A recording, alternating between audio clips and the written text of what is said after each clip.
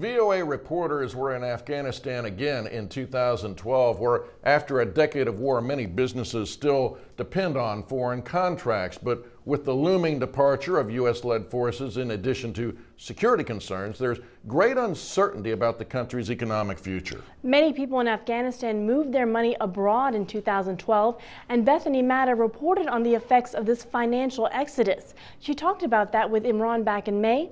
Let's take another look, starting with her report.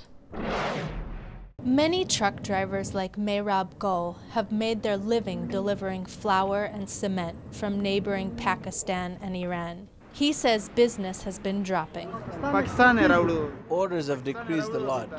We used to drive 6 rounds of cement in a month from Pakistan. Nowadays we bring 3. The truck drivers also complain about payoffs to the police. Official corruption is crippling investor confidence, and businessmen are taking their cash and leaving the country.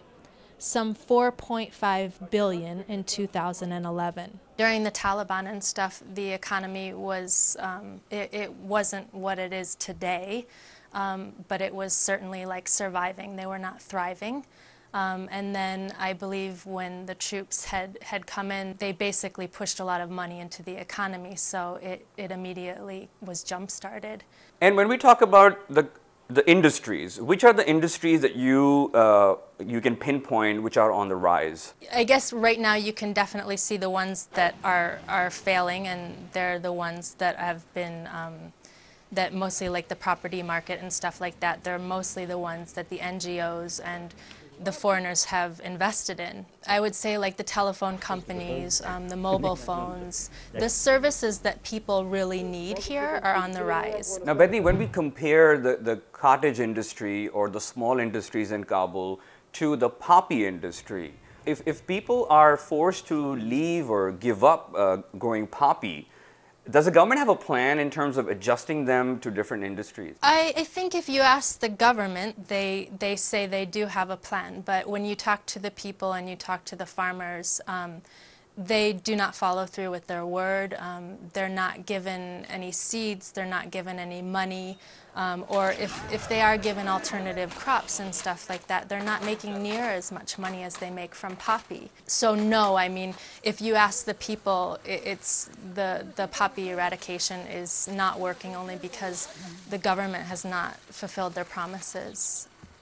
Now, tell me something. What about the business community? In your interactions, do you feel there's some sort of a fear amongst the business community? Are they in favor of the forces leaving, or do they want them to stay? How does that unfold?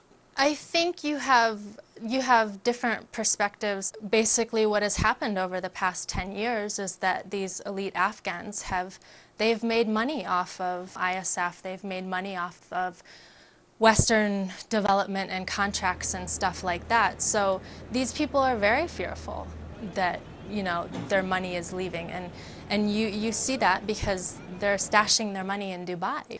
People that have invested, though, I think in the local economy with services such as telephones and stuff that are providing the people with needs, they'll continue on. Now, in terms of international investment or foreign investment, what about the government's plan in terms of working with other international organizations or corporations to bring in more investment into Afghanistan? I don't think the government has really had a plan. If you talk to businessmen here, you know, that's one of their biggest complaints. One businessman was saying, you know, maybe there's 5 main transport companies, and it will be knocked down to 2. And what are these people going to do? You know, how are they going to make money? What are you going to do with the extra trucks? What's going to happen after 2014? And the government really has not provided a plan. What I also wanted to ask you was, what is the experience like in terms of reporting in Kabul and Afghanistan as a female journalist? It's very difficult as a woman here, and I also feel the same thing when I'm here. Security-wise, it's hard to go out many times.